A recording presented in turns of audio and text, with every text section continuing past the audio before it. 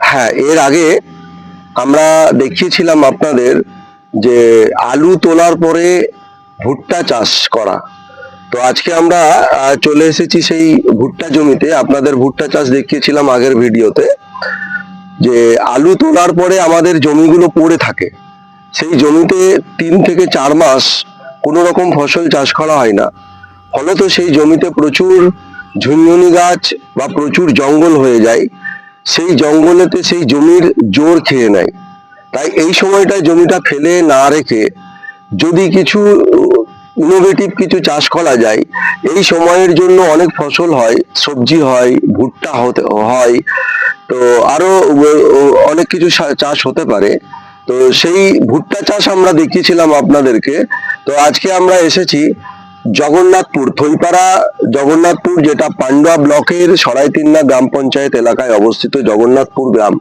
সেই জগন্নাথপুরের চাষি আমাদের দেবু মালিকের কাছে আমরা এসেছি। দেবুদা, আপনি এই যে ভুট্টা চাষ করেছেন, তো আপনি এই ভুট্টা গাছের বয়স কতদিন? এই ভুট্টা গাছের 1 মাস 10 দিন বয়স হলো আপাতত এখন। তো আমাদের একটু নাভি হয়ে গেল। এটা যদি আপনার ওই মাসে, ফাল্গুন মাসের মাঝামাঝির দিকে বসানো হতো, তাহলে গাছটা আরো হাইট হয়ে যেত। তো আমাদের কোনো আলু তোলার একটু অসুবিধার জন্য আমাদের দেরি হওয়াতেই আমাদের আলু এই ভুট্টা বসানোটা দেরি হয়ে গেছে, পিছিয়ে গেছে একটু। নাহলে গাছটা আরো একটু বয়সটা বড় হয়ে যেত, একটু নাভি হয়ে গেল। তো অসুবিধা কিছু নেই। 1 মাস 10 দিন এই যে ভুট্টার বয়স, তো আপনাকে এই ভুট্টা লাগানোর জন্য আপনাকে, আমাদের এই এলাকায় তো কোনোদিন ভুট্টা চাষ কেউ করে না।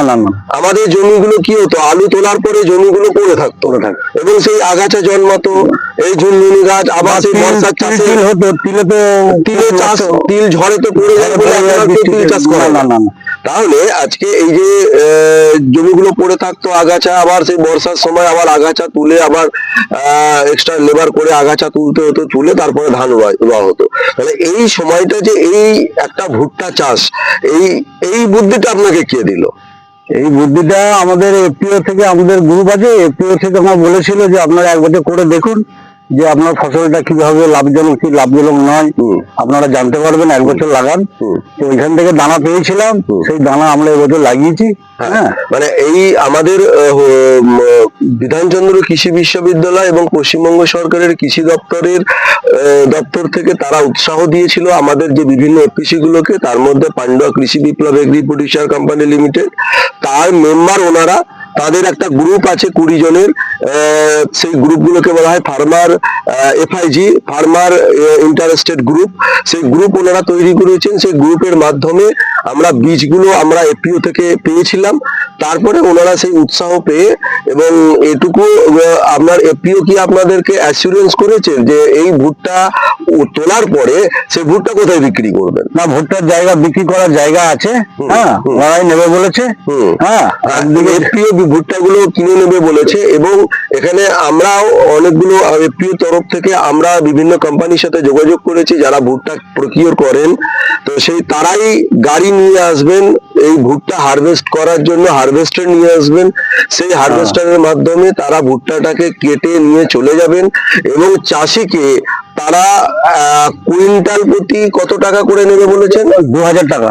কুইন্টাল প্রতি 2000 টাকা করে। 1 বিঘা জমিতে কতটা বলেছে? মোটামুটি 10 কুইন্টাল করে দিলে হবে। যে বিঘা প্রতি 1 বিঘা জমিতে 10 কুইন্টাল ভুট্টা হবে। তাহলে 1 বিঘা জমিতে যদি 10 কুইন্টাল ভুট্টা হয়, তাহলে 2000 টাকা যদি কুইন্টাল হয়, তাহলে 20,000 টাকার ভুট্টা বিক্রি হবে। 1 বিঘা জমিতে কত খরচ হতে পারে আপনার? আনুমানিক টোটাল খরচা ধরুন 10,000 টাকা ধরুন। তাহলে 10,000 টাকা 1 বিঘা জমিতে সর্বোচ্চ খরচ যদি হতে হয়, তাহলে 20,000 টাকার যদি ভুট্টা বীজ বিক্রি হয়, তাহলে বিঘা প্রতি 10,000 টাকা লাভ করতে পারি আমরা একটা জমিতে। যে জমিটায় আমরা কোনো চাষ করতাম না, যে জমিটায় 4 মাস কোনো ফসল হতো না, সেই জমিটায় যদি আজকে আমরা ভুট্টা চাষ করে যদি 20,000 টাকা আমরা ভুট্টা বিক্রি বিক্রি করে 10,000 টাকা আমরা লাভ করতে পারি, তাহলে কোনো ব্যক্তি যদি 5 বিঘে জমি চাষ করে তাহলে 50,000 টাকা, কেউ যদি 10 বিঘে জমি চাষ করতে পারে তাহলে হচ্ছে সে 1 লক্ষ টাকা পর্যন্ত লাভ করতে পারে।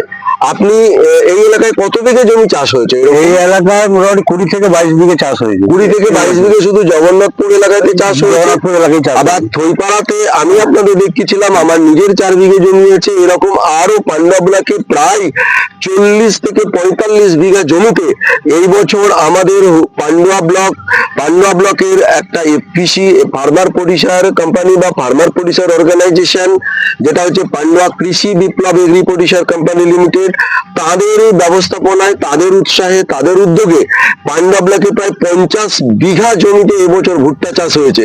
এবং আশা করছি আপনারা এই যে ভুট্টা যেভাবে গাছ হয়েছে, সুন্দর গাছ হয়েছে, মোটা মোটা গাছ হয়েছে, এবং এই গাছে এক একটা গাছে অন্তত 2টো করে ভুট্টা হবে, 2টো বা 3টে করে পর্যন্ত ভুট্টা হয়, এর আগে আমরা দেখিয়েছিলাম।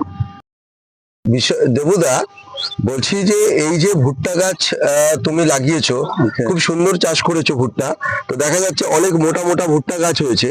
তো এই ভুট্টা এক একটা গাছে 2টো বা 3টে পর্যন্ত ভুট্টা হতে পারে। তো আজকে এই যে ভুট্টার এত সুন্দর একটা গাছ, আমাদের হুগলি জেলার মাটিতে যে ভুট্টা গাছ হতে পারে, ভুট্টা চাষ হতে পারে, সেটা আমাদের দেবু মালিক আমাদের দেখিয়ে দিয়েছেন। তাই দেবু মালিককে অনেক অনেক ধন্যবাদ জানাচ্ছি যে এই ভুট্টা আগামী দিনে আমাদের হুগলি জেলার অন্যান্য আরো চাষিদেরকে উৎসাহ যোগাবে। তাই যারা ভুট্টা চাষ সম্পর্কে আগ্রহী, যারা ভুট্টা চাষ করতে চান, অন্তত এই বছর আপনারা প্রত্যেকে এই দেবুদার সঙ্গে যোগাযোগ করুন, বা আমাদের এই চ্যানেলে নাম্বার দেওয়া থাকবে, এই চ্যানেলে আমাদের সঙ্গে ফোন করে যোগাযোগ করবেন। আপনারা প্রত্যেকে, আপনাদের কাছে এইটা আমার মেসেজ, আপনারা এই বছর এই ভুট্টা চাষটা জগন্নাথপুর এলাকায় দেবুদার বাড়িতে এসে, দেবুদার এলাকায় এসে আপনারা হচ্ছে যে এই ভুট্টা চাষটা দেখে যান, যাতে আগামী বছর আপনারা ভুট্টা চাষটা করতে পারেন।